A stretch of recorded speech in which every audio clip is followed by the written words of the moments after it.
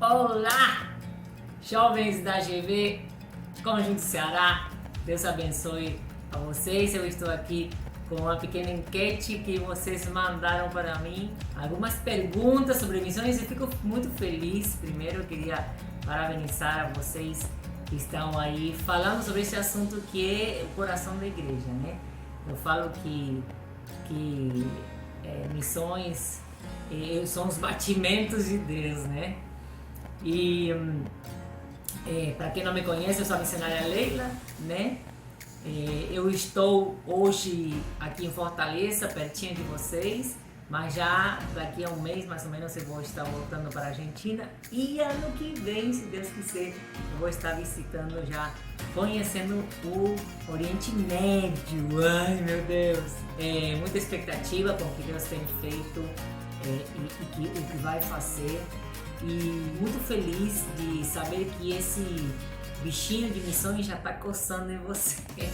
Aleluia! Oro muito para que Deus possa estar levantando essa nova geração de missionários e quem sabe, provavelmente, o próximo missionário seja você. Fique ligado, porque uma vez essa rica oportunidade de você fazer parte da nossa querida Vale CC, a GV, a geração da fé, da bênção, a força da igreja. Você é a força da igreja. Ainda quando se sentir fraco, lembra que você é a força da igreja. Mas vamos lá, as perguntas que vocês me abrem. A primeira diz: qual é a sua motivação e os desafios que você tem como missionária? Tchan, tchan, tchan, tchan, tchan. A motivação é Cristo, gente. Se não for Cristo, não, é fato consumado isso aí. Se fora de Cristo, a nossa motivação ela é fraca, ela não nos sustenta ao longo do tempo e realmente não vai nos segurar nem na igreja, né? Se a nossa motivação for, não sei, eu ficar no meio dos jovens, eu fazer parte da igreja, eu poder conhecer a vida da igreja, eu participar do movimento, se a minha motivação é o pastor, o meu líder da GB, e qualquer outra coisa que não seja Cristo, provavelmente você não chegue lá, viu? Provavelmente não, na certa, porque o único que nos leva ao céu é o Senhor Jesus, e sem ter Ele como motor na nossa vida, a gente não consegue, tá? E a gente perde do mais tremendo e poderoso que é viver o sobrenatural na presença dele. Os desafios diz que quais são os desafios que você tem como missionário? São muitos, tá? Mas eu acho que o principal falando sobre isso que eu falava, que a gente não chega lá, né? Acho que o principal é manter o coração mole, criando casca grossa, sabe? Endurecendo o lombo para que a gente possa aguentar as lutas, as perseguições, as decepções, as frustrações, todas as ações que aparecem no meio do caminho. É um trabalho árduo e é um desafio maior. Eu tenho visto muito ao longo dos anos amigos, irmãos, irmãs que abandonaram o barco porque a motivação não era certa e outros que ficaram, mas endureceram o coração, né? Aí muitos se tornaram líderes tóxicos, como a gente chama agora, né? Mas na verdade líderes feridos, porque o coração endurecido ele fala de um coração ferido, um coração que foi maltratado, que foi perseguido, mas que não soube sarar. Então eu me fecho, eu me sangro, me fecho para me proteger, para me guardar, mas na verdade eu estou fazendo o pior, porque você pode se proteger de algumas pessoas, mas você não se protege do inimigo. Ele sabe que tem essa brecha aberta, ele vai usar isso para matar o amor de Deus em você. Então o maior desafio para mim tem sido, ao longo dos anos, através das perseguições, das calúnias, das decepções, eu correr à presença de Deus para Ele me encher do amor dEle, me ensinar a perdoar, me ensinar a guardar o meu coração, me encher do amor dEle, a poder viver esse amor na prática. É muito desafiador, mas até agora tenho conseguido. E o segredo é esse: ir na presença de Deus, se mergulhar na presença de Deus. Não permita que seu coração fique duro. Você não, a palavra diz que nos últimos tempos o amor de muitos se esfriaria, mas isso não quer dizer que tem que ser o seu amor. Não permita que o seu amor perca a oportunidade de ser cheio do amor de Deus, ser transformado no amor de Deus, amém? O segundo, ou já seria a terceira pergunta, né? Como lidar com um ambiente totalmente novo para si e como a aproximação com as pessoas acontece? Bom, um ambiente novo precisa ser encarado como se fosse uma aventura, porque se você dá muita importância às mudanças que vai ter de comida, de clima, de ambiente, de pessoas, você vai entrar em crise, provavelmente, porque as mudanças para nós, elas geram crises, né? Emocionais, claro, mas às vezes também físicas, pela mudança de clima, pela mudança da atmosfera, né? Então, eu, por exemplo, quando eu fui na região centro-oeste, o clima tão seco de lá, uma vez eu lembro que eu fui rir e rachou o meu lábio inferior, e eu segurei meu lábio rapidinho, ele sangrou, eu fui dar uma gargalhada, de repente a pele esticou e crash! E aí, pra mim, aquele clima seco que eu nunca tinha vivido, nunca tinha morado num lugar com clima seco, né? Buenos Aires, no lugar que eu morei na Espanha, no Rio, sempre foram lugares perto do mar, então eu não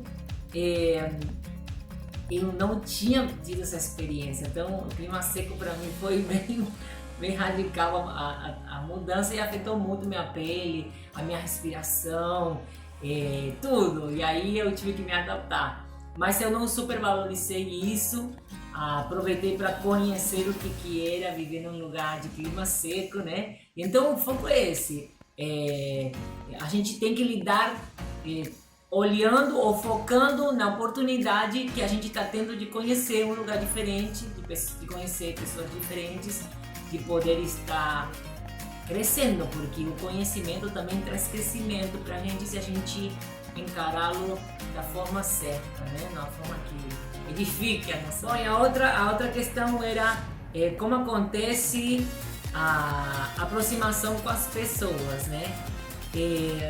No meu caso, eu não sei como acontece com outras pessoas, mas no meu caso acontece de forma muito natural, nem sempre através do evangelismo, tá? Eu aprendi que eu preciso estar atenta no dia a dia ao mover de Deus. Eu já quando eu acordo, eu criei esse costume, né? Eu instalei isso como um hábito. No meu dia a dia foi um clique, sabe? Um estalo que eu tive, insight diz agora, né? Foi um insight que eu tive em uma das missões,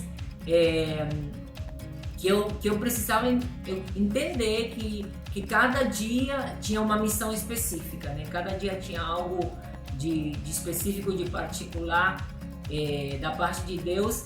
Então eu estabeleci na minha oração inicial do dia, eu não saio da cama, eu me ajoelho. Antes eu me ajoelhava no chão, mas depois de passar pelo inverno na Argentina, eu ficava debaixo do cobertor, mas eu virava na cama, já ajoelhava. E aí ficou esse hábito de ajoelhar na cama e entregar meu dia ao Senhor, né? Eu digo ao Senhor, bom dia, né? E eu gosto de brincar, de conversar com Deus. A gente fala de brincar porque a gente não vê Ele, mas a gente sabe que Ele está aí. E eu gosto de sorrir para Ele quando eu amanheço, de agradecer pelo dia. E eu falo para Ele, né? Senhor, meu dia está na Tua mão, me mostra qual é a missão de hoje, né? Mostra as pessoas que o Senhor já preparou para que elas recebam. Eu peço para Ele me deixar bem ligada com o mover dele. Esse é o hábito que eu peguei. Então eu percebi que realmente isso fez com que acontecesse de forma muito natural a aproximação com as pessoas. Claro que tem os momentos específicos de evangelismo onde você sai com aquele propósito para você abordar as pessoas, você se prepara, você tem esse tempo de oração, de guerra espiritual para você encarar esse momento de evangelismo, mas fazer isso no dia a dia me ajudou a poder ter essa aproximação de forma natural quando eu vou na padaria, quando eu vou no supermercado, quando eu preciso fazer um conserto em um sapato. Eu estou sempre que me aproximo de alguém novo, eu já vou intercedendo, né? Então eu começo a falar com Deus, eu me coloco na mão de Deus, eu falo, Deus, vai na minha frente, coloca as tuas palavras na minha boca, eu começo a dar essa liberdade ao Espírito Santo. Eu tenho muito diálogo com Deus, né? E então acontece, a maioria das aproximações com as pessoas acontece de forma muito natural. Eu aprendi a pegar coisas, me informar, né, e a pegar coisas do dia a dia daquele local, daquela cidade, alguma coisa da cultura deles, e aí eu vou usando essas coisas também para criar diálogos nos lugares onde eu vou, padaria, açougue, supermercado, e é muito legal ver o espontâneo de Deus, né? Então essa é a forma que eu tenho vivido a aproximação com as pessoas. Porque realmente, de fato, quando a gente chega num lugar, todo mundo é estranho, né? Todo mundo é novo. Então, a aproximação eu tenho muito prazer em que quando ela acontece assim de forma bem natural. Mas também quando a gente prepara os grupos de evangelismo e a gente vê que a gente está nessa intenção, ver o mover de Deus e ver como Ele quebra as barreiras que o inimigo levanta para chegar nas pessoas também é super edificante, transformador. Então, tanto no momento intencional de você ir evangelizar, como esse momento natural do dia a dia, as duas formas de aproximação são muito válidas e muito ricas. Eu acho que o mais importante é a gente estar aberto para o mover de Deus, essa é a chave, na verdade, né? Como ela lida com as guerras espirituais? Quem foi que fez essa pergunta? Quero que vocês depois deixem um comentário no meu canal, tá? E eu gostaria que vocês, cada um que fez cada pergunta, que vocês deixassem. Eu fiz a pergunta número 1. Essa aqui é a 4, né? Como ela lida com as guerras espirituais? Acho que as lutas devem ficar mais intensas, principalmente na mente. Guerra espiritual, que assunto! Isso aqui dá uma vigília, viu? Mas eu sei que eu tenho que ser sucinta, algo que eu tenho me desafiado a ser, mas às vezes não consigo. Vivemos nessa guerra espiritual, né? Ela vai acontecer constantemente. Sim, tem momentos que ela fica realmente mais intensa. Mas a verdade é o que eu tenho vivido ao longo dos anos, talvez surpreenda vocês, é que ela fica mais fácil. Ela fica, na verdade, mais fácil de lidar, né? De a gente encarar, da gente enfrentar, da gente vencer. Porque na medida que você vai, a maioria, acho que não é um pensamento certo, né? Eu acho que é uma estratégia do inferno que se espalhou e usou alguns crentes medrosos, tá?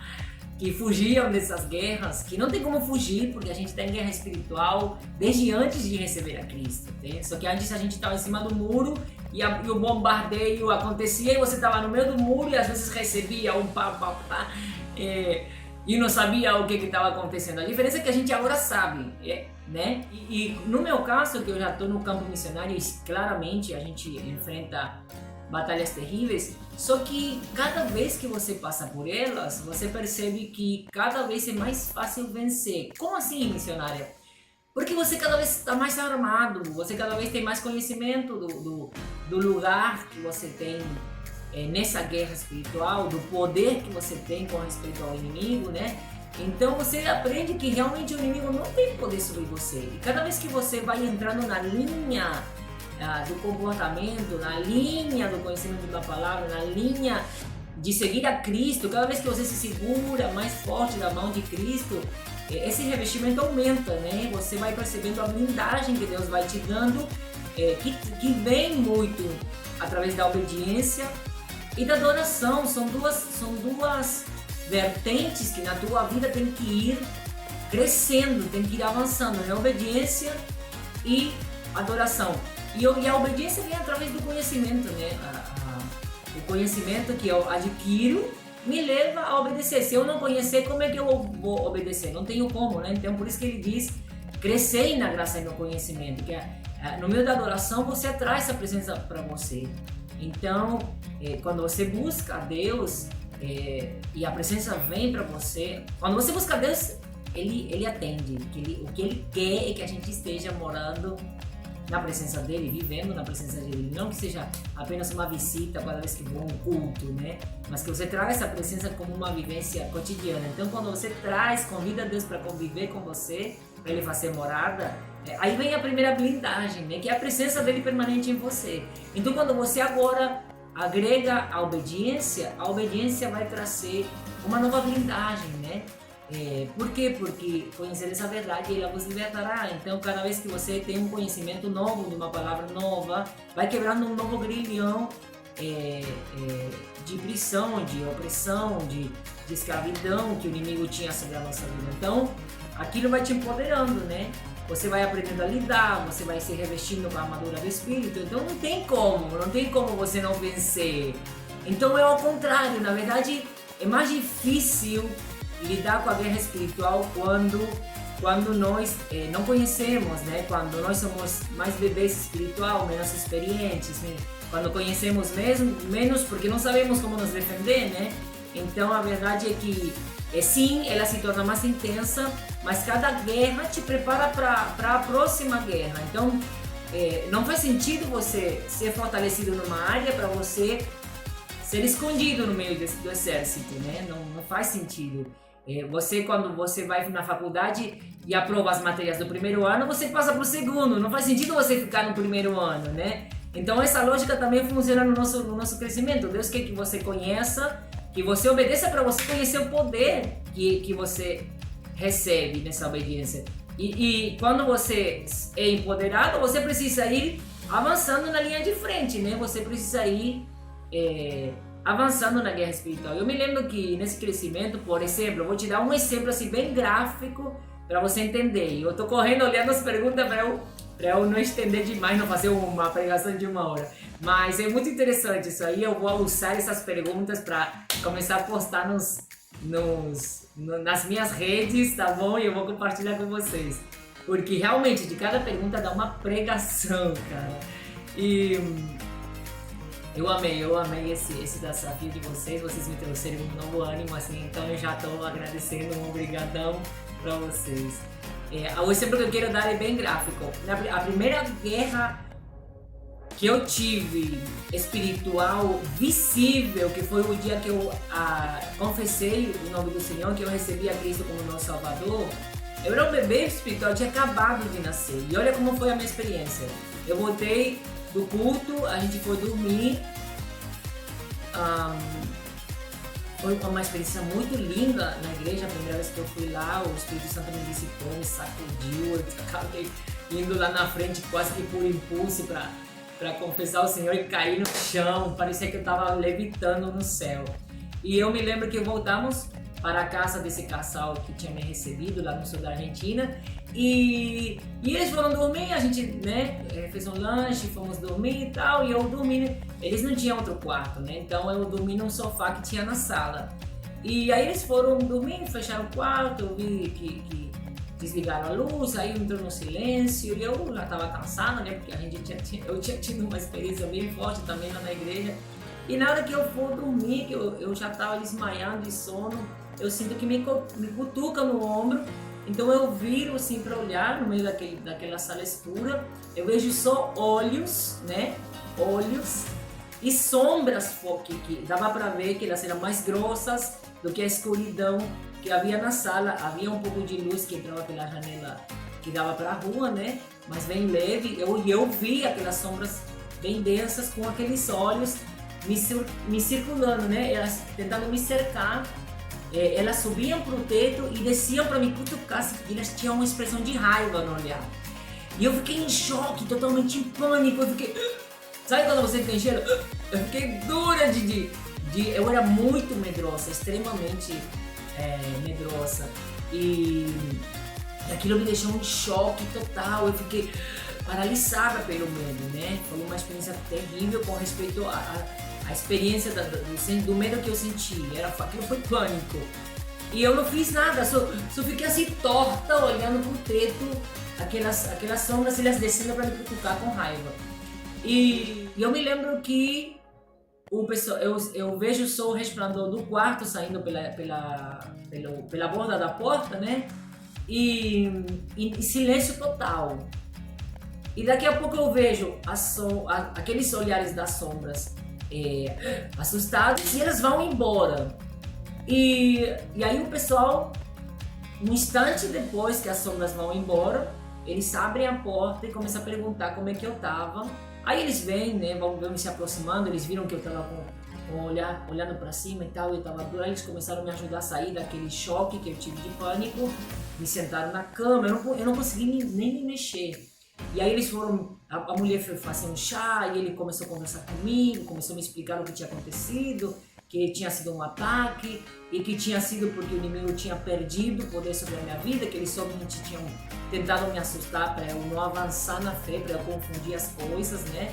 Mas na verdade eu tinha sido liberta, e eles explicaram que eu estava sofrendo de trabalho de bruxaria, que depois eu comprovei, né? A pessoa que eu estava convivendo, ela estava envolvida com o espiritismo.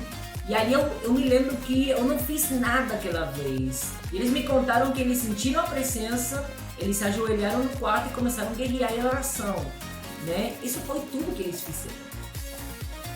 Aí eu passei, a partir daí, essa foi a primeira experiência. Depois eu tive outras, né?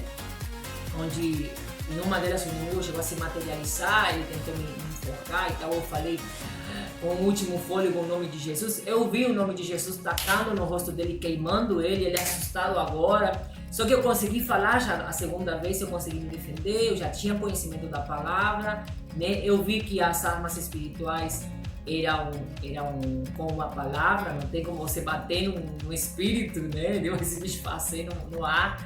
Então eu fui aprendendo e eu fui tendo outras experiências, mas a última foi a que eu entendo a mais poderosa, que me cativou. Não sei se é a mais poderosa, porque falar o nome de Jesus e ver o nome queimando o rosto do capeta foi fantástico, né? Ele super me fortaleceu. Mas essa na questão da guerra espiritual, essa que eu tive na missão em Brasília, eu me lembro que eu estava morta de cansaço, morta. Nós tínhamos, estávamos reformando a igreja, uma igreja bem numa área bem precária, e eu me lembro que não tínhamos para pagar pedreiro, e a gente mesmo começou a aprender o serviço de pedreiro, e a gente começava de 7 da manhã, terminava às vezes meia-noite. Eu estava morta, eu não queria saber de nada, eu só queria dormir. Eu dormia quase sentada esperando o povo ir embora da igreja. Naquela época eu dormia na igreja, né? E o povo não queria ir embora, eu queria só dormir. E o povo foi embora, eu fechei a igreja, eu fui direto não fiz nem a cama, não coloquei nem lençol, estiquei, desenrolei o colchãozinho que eu tinha e eu peguei o travesseiro e deitei assim como eu tava, né? E daqui a pouco eu já tava dormindo. Engraçado que foi no mesmo processo que a primeira vez, né? Que eu tava indo dormir, tava muito cansada, e essa última que foi uma das que eu mais gostei, pela forma em que eu lidei com essa guerra espiritual, né? E eu vejo o inimigo, em espírito, eu me lembro que eu só via a porta se abrindo, aí eu fechei os olhos, eu sabia que era ele, porque eu percebi. Agora eu tinha a sensibilidade que meus pais na fé tinham experimentado quando eu me converti. Aquilo foi fantástico, né? Foi o primeiro que eu quero destacar. E então eu já estava mais madura na fé, né? E eu me lembro que eu fechei os olhos com raiva, eu tinha ódio do capeta, cara. Eu aprendi que eu tenho legalidade para odiar só uma pessoa. na minha vida que é o próprio diabo, né? Você pode odiar um diabo, você tem que ter raiva de alguém e é outro diabo, tá? E aí eu me lembro que eu peguei e eu falei, capeta do inferno, o que tu tá fazendo aqui? Vai-te embora pra tua casa. Aí eu ignorei, né? Eu falei, tudo foi na minha mente, eu não queria nem falar, porque tava com ódio mortal dele, que eu vinha me incomodar, que eu queria dormir, só queria dormir. Era a única coisa que eu pedia, se tivesse uma última oração que Deus me desse, era, eu quero dormir. E aí eu falei pra Deus, falei, não Deus, ninguém merece. O Senhor viu o dia que eu tive. Eu comecei, ignorei ele, eu sentia, enquanto eu falava que ele vinha se aproximando até mim, eu sentia que ele queria fazer o que ele tinha feito da outra vez, de querer me enforcar.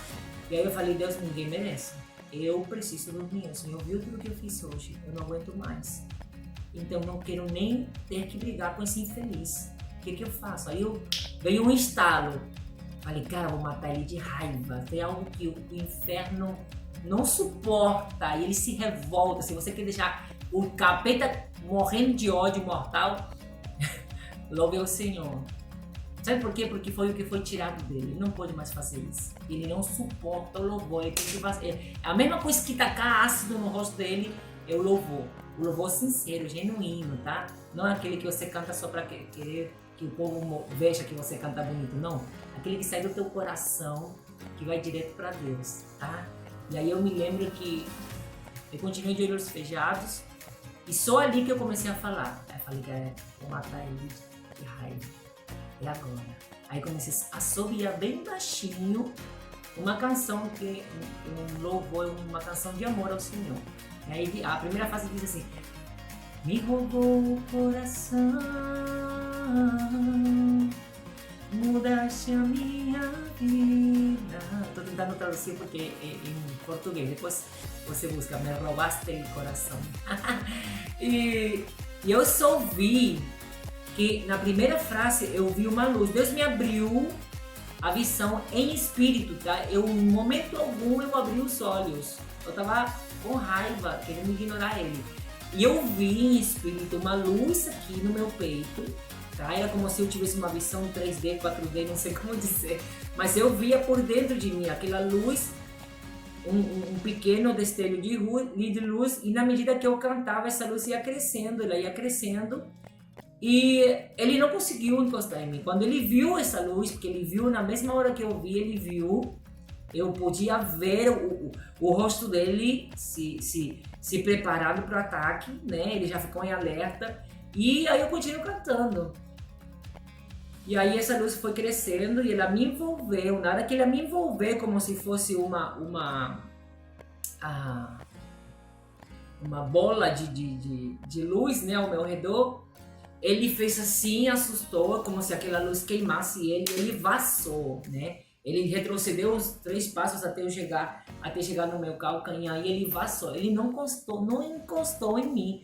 E ali eu dormi como um anjinho na presença de Deus. Então esse é o processo que eu vivo da guerra espiritual. Quanto mais você... Não se trata da tua força, da tua capacidade.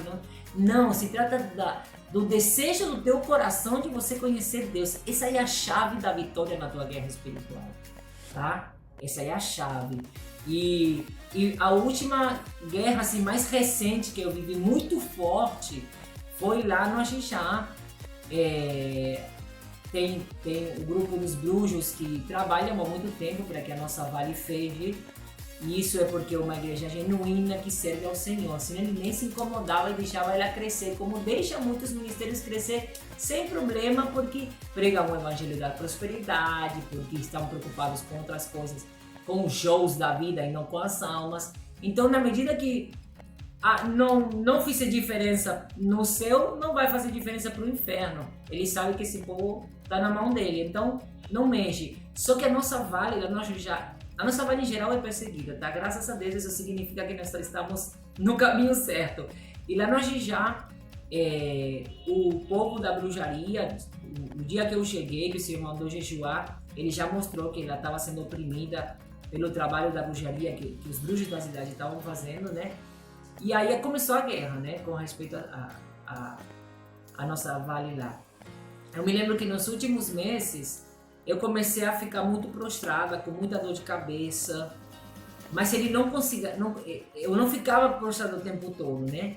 Eu me lembro que chegava 11 horas, que eu pensei que era questão do calor, do calor muito forte, eu atrelei ao calor primeiro. Só que depois eu vi que aquilo prevaleceu e eu já tinha morado lá 1 ano. Então não fazia muito sentido. Isso aconteceu no mês de janeiro e eu tinha chegado em janeiro. Então eu já tinha passado por aquele calor. E aí eu comecei a orar, comecei a pedir para Deus me ajudar, comecei a dar uma olhada na minha alimentação, a dar uma olhada na minha atividade física. Eu comecei a olhar tudo o que cabia a mim de responsabilidade com respeito à minha vida, eu comecei a revisar porque estava errado, né? E aí eu vejo que não tinha mudança, que cada vez eu ficava mais prostrada, cada vez mais cedo. No começo era ao meio-dia, depois era 11h30, 11 horas, começou a durar mais. Às vezes eu ficava no começo era de meio-dia a 1 da tarde, depois eu comecei a ficar até 2, até 3. A última semana que eu passei por essa guerra, até o Senhor me revelar o que era, eu cheguei a ficar até 5 da tarde sem poder me mexer. A minha cabeça pesava como se eu tivesse uma bola de ferro dentro da minha cabeça. Eu sentia uma bola que batia no meu crânio. Eu cheguei a falar: pai, se for doença, então me prepara minha mãe, se o Senhor vai me recolher, prepara minha família, mas se for uma doença que o Senhor vai me curar, me cure logo, porque eu não estou conseguindo fazer a obra, eu não estou conseguindo mais sair de manhã para fazer evangelismo, aquilo está entorpecendo já o andamento da obra, então eu preciso te mover. Eu orei assim com ele, e aí ele levantou um profeta para vir até a mim e usou a boca dele para dizer, né, que os brujos da cidade foram vendo que os trabalhos não deram certo. Então, mesmo que conseguiram dividir, porque a nossa igreja, na metade do ano, chegou a ter uma rebelião e se dividiu, e era tudo trabalho de bruxaria, tá? Você que vigia, jovem, quando você ouvir uma fofoca, alguma coisa falando dos teus líderes da igreja, vigia, corta logo a fofoca. Algumas pessoas deram lugar, a igreja se dividiu e voltou a enfraquecer. Só que os remanentes, né? Ficaram, a gente continuou brigando, lutando, se consagrando, fazendo jejum, buscando Deus, fazendo a obra, mas já não estava dando, eu tava começando a ficar sozinha, né? E aí eu me lembro que esse profeta foi usado por Deus e ele disse: olha, como eles viram que não conseguiram fechar as portas, eles se juntaram, todos os brujos da cidade se uniram para oferecer e fazer os rituais juntos. E ofereceram da pesada, né? Eu não vou falar do que eles ofereceram porque é pesado, mas e era para colocar um câncer na tua cabeça para você morrer, era para morte. Eles pediram a tua morte, né? E aí eu falei, caraca, né? Porque aí a surpresa foi por duas coisas, porque eu sentia que era algo que tinha na minha cabeça, eu sentia fisicamente aquilo, né? E segundo, porque eu falei, cara, então se eles se juntaram para me derrubar, quer dizer que foi difícil eles me derrubar. Então estou fazendo a coisa certa para Deus, porque se eu estou incomodando o inferno, estou agradando o meu Pai. Então eu fiquei super feliz por isso, fiquei muito feliz porque Deus me respondeu, porque Ele me deu a vitória, né? Porque a partir daquela revelação eu não tive mais esse problema, nunca mais fiquei prostrada. E essa foi a guerra que eu tive, eu venci daquela maneira. Eu aproveitava enquanto eu estava prostrada para jejuar, gente. Tá? Eu parei de almoçar, antes eu não jantava, então troquei o almoço pela janta. Eu falei, não, enquanto eu estiver em guerra eu vou jejuar. Entrei no propósito, eu não conseguia sair evangelizar, mas eu ficava lendo a Bíblia, buscando Deus, né? Intercedendo pela igreja. Então a guerra espiritual foi passada nisso, jejum, oração, palavra, né? Não tem segredo, não tem segredo. Mas eu fiquei muito, muito feliz. Eu já me estendi demais por dar esses exemplos, né? Mas é muito bom a gente contar o que a gente vive, né? Porque aí é a palavra viva.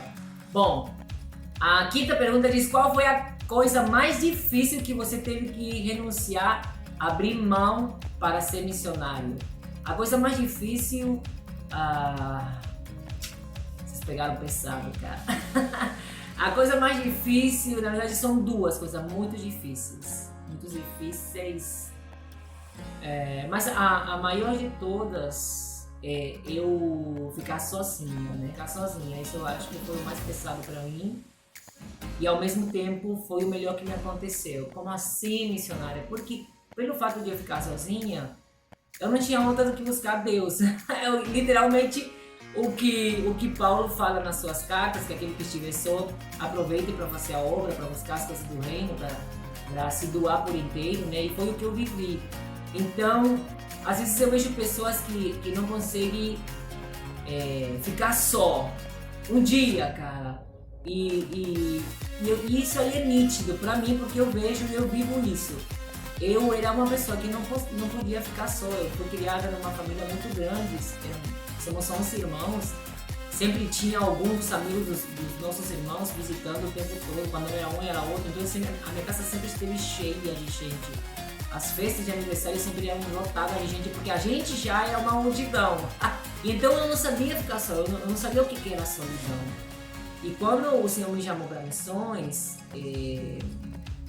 no meio do caminho eu tinha eu cheguei a casar, tá? Pelo registro civil, nunca cheguei a casar pela igreja, e depois eu vi que era porque Deus não estava nisso, tá? Deus não estava nisso. Eu não perguntei a Deus se guarda isso no teu coração. Eu não perguntei se Deus estava nisso. Eu só pedi para me ajudar a me casar. Deus me ajuda com o casamento. Olha essa papelada, papai tá travando tudo, que eu sou estrangeira, foi muito problema para me casar.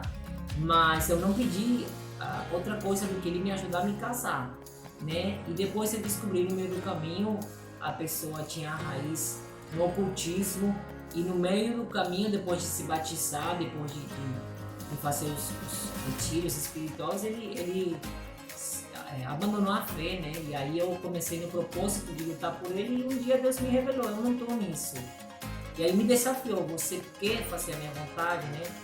E aí eu deixei de lutar por voltar com ele, né? Eu entendi o propósito de Deus e deixei ele ir, né? Na questão de fazer o divórcio, porque ele já tinha ido embora, né? Agora, nesses anos todos, apareceram pretendentes, claro, né? Quem é que não tem pretendente?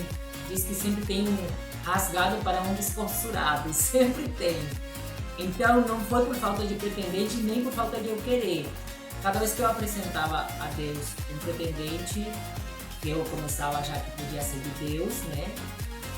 Pessoas que eu conheci nas missões, fazendo obra juntos, às vezes tive propósito junto com aquele pretendente de a gente orar juntos para Deus abençoar, e Deus falava que não, né? E um dia alguém me perguntou há quanto tempo que eu estava sozinha, foi ano passado, e eu falei, não sei não, cara, eu perdi a conta. E aí que tá a parte mais linda da situação, né? Eu aproveitei os momentos de solidão para buscar mais de Deus, para me encher, para adorar, para conhecer as coisas do céu, do reino. E eu tive tantas experiências sobrenaturais que aquilo preencheu e transbordou a minha vida. Então, um dia eu percebi que eu não tinha mais carências emocionais, que eu já encarava a solidão agora não com angústia, mas como uma oportunidade de me encontrar com meu amado. Então, aquilo virou uma aventura de encontro no secreto com Deus. Literalmente a sensação que eu tenho eu fico com a expectativa de me encontrar à noite com ele quando eu vou orar, como quando eu agendava com meu noivo para a gente se encontrar, vamos tomar um café hoje, a gente esperava terminar de trabalhar para se encontrar, eu corria para tomar banho em casa, para se arrumar, para ir ver o amado, né? A sensação que eu vivo é essa, e é o que eu mais desejo e oro para que vocês possam viver, porque o dia que vocês acharem o amado ou amada, se é que não acharam ainda, vocês vão estar prontos, vão estar cheios do amor de Deus, e a melhor versão da vida de vocês vai estar saindo à tona, e vocês vão ser melhores para a pessoa amada, né? Então, passaram 20 anos, mas eu creio que um propósito que Deus tem específico comigo, porque Ele não faz isso com todo mundo, né? Mas o mais louco disso é que eu não percebi os 20 anos passando. Isso é o mais louco. de tudo, né? As pessoas se assustam quando eu falo, e quando eu falo eu digo, uau, passou muito tempo. Então, o mais difícil no começo, tá? No começo foi isso, abrir mão da minha vida emocional, de ter um relacionamento, tá? E o outro é a questão da família, né? Não poder conviver com eles, não fazer parte da agenda deles, né? Os aniversários, as conquistas, as formaturas, as conversas. Hoje, através das redes, a gente consegue conversar, mas não tem um abraço, não tem um beijo, não tem...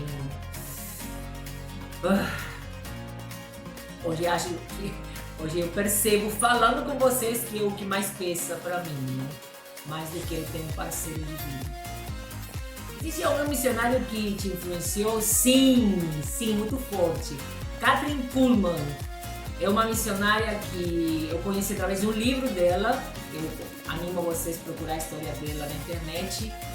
Eu vi alguns vídeos dela, mas como ela fala em inglês, talvez a gente não vivencia com tanta intensidade o que eu vivenciei quando eu li o livro. Então eu recomendo o livro, tá? É Kathryn Kuhlman, 2 vezes com K. E não, é tremendo. Vocês têm que ler para vocês entenderem o que eu tô falando. É muito forte. E também, casualmente, foi uma missionária que ela separou, que Deus não estava no casamento. Mas foi muito forte o ministério dela. Ela foi muito sábia em cura nos Estados Unidos. As pessoas viajavam de todos os lugares da terra, né? E ela era tremendamente usada, principalmente na questão de cura, mas como em libertação também, muito forte o ministério dela. Miss Leila, o segredo para não olhar para trás diante das várias dificuldades enfrentadas. Saiba qual é o seu alvo, esse é o segredo. Você precisa ter foco, você precisa olhar sempre para Jesus. Se você percebe que está perdendo o foco, volta, disciplina a tua vida para manter o foco. O teu alvo é Cristo, o nosso alvo é Cristo, né? Então, quando a gente começa a olhar, eu já passei várias vezes por isso, e quando eu falava, por que eu estou vivendo isso, cara? Depois de todas as coisas tremendas que eu vivi, porque eu estou fraco outra vez, porque eu estou chorando outra vez, o que está acontecendo? E quando eu fazia a revisão, eu tinha começado a olhar mais as pessoas, às vezes os líderes, como eu tinha começado a me segurar mais do líder, em vez de me segurar de Deus, tinha começado a confiar mais nas pessoas, tinha descuidado, olha, o que eu mais vi que se repetia quando eu enfraquecia, e a luta estava ficando pesada, parado de fazer o devocional. Tinha parado de fazer o devocional. Abre teu olho e estabeleça teu devocional diário urgente se você ainda não o estabeleceu. Então, qual foi a maior dificuldade que você passou, que você já passou e como vencer? Vou compartilhar 2. A fome. A fome na maioria das missões. Eu tive que passar por momentos onde passei fome, mas da mesma forma que eu falei de eu ficar sozinha, por estar forte espiritualmente, as necessidades básicas físicas, elas não pesaram tanto. Eu me lembro que essas experiências passaram num momento de muito avivamento na minha vida. E eu me lembro que era só não tem comida, então vamos aproveitar para jejuar. Então eu estabelecia um jejum, começava a entrar na oração, entrava na adoração, agradecia a Deus por tudo, né? Pela vida, por tudo. Aí eu me perdia naquele tempo de adoração e o tempo passava. De repente eu terminava, eu dizia amém. Não, experiências tremendas, gente, vocês não podem perder isso. Alguém batia na minha porta. Eu me lembro, lá na Argentina, na missão, meus irmãos se levantaram, o inimigo fez a cabeça deles, me expulsaram da casa da minha mãe, não queria mais que pregasse para minha mãe, porque minha mãe estava se convertendo. Tanto que hoje quem está à frente da obra lá é ela, né? Eles não queriam, e me expulsaram da casa da mamãe. Aí eu fui, fiquei na rua, uma das minhas irmãs soube, me disse, venha pra cá, ela morava no interior. E aí ela me deixou o kitnet que ela alugava em cima da casa dela, né? Ela tinha feito um kitnet para alugar. E aí me deixou lá, estava ainda em reforma. E eu coloquei o colchonete, ela me ajudou com alguma roupa de cama e tal. E aí eu entrei no jejum, não tinha nada para comer, não tinha nada. né? E aí daqui a pouco eu termino o jejum, eu dou glória a Deus, amém. E a minha sobrinha bate na porta e me diz: tia, a mamãe tá pedindo pra você. Eu não queria abrir, né? Aí tá pedindo pra você experimentar o prato que ela tá fazendo, porque ela começou a fazer um curso de cozinha e ela quer que você experimente os pratos dela. Eu ficava rindo, eu chorava e ria, não sabia o que fazer. Mas então Deus fazia essas coisas, né? Ele não foi a primeira nem a última vez que tocou no coração de alguém para levar comida na minha casa. Então, essa foi a primeira. E a outra foi quando o Tobias, o meu filho, que Deus me deu para criar, a gente voltou para a missão na Argentina, e a minha família também, de novo, meus irmãos, alguns não se converteram, mas graças a Deus, nessa altura, alguns já se converteram. Eles se levantaram agora com fúria de ver a conversão do Tobias, de ver ele falando só de Jesus, feliz com Jesus. Eles acharam que ele estava ficando doido, e realmente a gente é doida, né, pro mundo. E aí armaram para tirar ele de casa, dizendo que iam levar ele para passear, e eles não trouxeram mais. Eu fiquei 7 meses esperando eles me devolverem o Tobias, né? Aquilo foi um processo de muita dor, E foi a primeira vez que eu entrei em silêncio na minha oração, não sabia o que dizer para Deus, eu não entendia porque Deus tinha permitido aquilo. E depois o Senhor me mostrou que ele tinha me falado o ano anterior que não era o tempo de voltar para a Argentina. Ele tinha me avisado, né? E quando ele me fala isso, ele me mostra a agenda. Eu tinha na minha agenda o registro. Nós viajamos em fevereiro para juntar o útil ao agradável, a gente passar férias lá, um mês de férias, e aproveitar para supervisar a missão lá, para ver como é que estava. E nos foi proposto ficar. Só que a gente em março tinha a audiência com o juiz para a gente receber a guarda definitiva dele, né? Se a gente houvesse esperado um mês, eles não poderiam nunca ter tirado o Tobias, né? E aí eu entendi que eu tinha ficado distraída, eu me esqueci da palavra que ele me deu, enfim, foi um aprendizado. E o mais forte que eu aprendi foi a continuar adorando a Deus, agora na dor. Eu aprendi a adorar a Deus na dor. Foi revolucionário para mim, porque o me manter adorando foi a oportunidade que eu me dei de ser sarado, né? Então a minha cura veio nesse processo de adoração na dor. Caso queira compartilhar algo que sinta ser importante para essa geração, por favor, compartilhe. Amém. Eu coloquei assim, como resposta a essa proposta, né? Já não é uma pergunta, é uma proposta. Não espere crescer para viver a glória de Deus, é a primeira coisa que eu quero guardar em seu coração. O crescimento vem quando vivemos a glória primeiro, né? Porque as experiências com Ele nos trazem crescimento, nos trazem amadurecimento, vão nos mostrando o poder de Deus, que Ele é real, Ele é vivo, Ele existe verdadeiramente. Então, quando você vivencia aquilo, você cresce. Quando você conhece, você cresce. Então, se prepare para Deus, invista tempo para estar a sós com Deus. Dê muito valor ao devocional diário, estabeleça isso como uma regra de disciplina inquebrantável na tua vida. Você vai ver o que Deus vai fazer só através do devocional. Faça então da sua vida de oração um diálogo e não apenas um monólogo. Tem um momento que a gente tem que parar de ir na oração para só pedir para Deus. A gente precisa pedir também que os nossos ouvidos sejam abertos para a gente ouvir a voz. E a gente precisa começar a perguntar a Deus: o que eu tenho que fazer? O que o Senhor quer de mim? O que o Senhor opina de mim? Qual é a sua opinião de mim? Eu estou bem diante do Senhor? Tem algo que eu preciso corrigir? Sempre tem. Mas você precisa saber o que você tem que corrigir. Eu tenho algo para corrigir diferente, com certeza, do que você tem que corrigir. Então tenha um diálogo com Deus. Projete. Descubra o seu chamado. Seja responsável com o seu desenvolvimento espiritual, com o seu crescimento. Você não pode continuar sem saber qual é a chamada de Deus na tua vida, o propósito de Deus na tua vida. Não pode. Não pode fazer isso com você. Porque quando a gente descobre o nosso chamado e a gente se posiciona como soldado de Cristo, aí que o negócio começa a funcionar. É a chave de que todas as coisas cooperem para o nosso bem. É você amar a Deus e trabalhar conforme ao chamado dele, ao propósito dele na tua vida. Porque ele diz, todas as coisas cooperam para aqueles que amam a Deus e são chamados segundo o seu propósito. Guarde isso, guarde. Para fechar, também aprenda a se organizar para cuidar de todas as áreas da sua vida. Tudo o que Deus te deu é importante. De todas as coisas, guarde o seu coração. E essa última frase volta ao começo da primeira pergunta que vocês me fizeram, onde eu falei que o meu maior desafio foi guardar o meu coração, trabalhando para que não permitir que ele endureça, que o amor de Deus se vá de mim e deixe meu coração endurecer. O que tem que endurecer é o lombo da gente, a gente ficar forte para guerrear.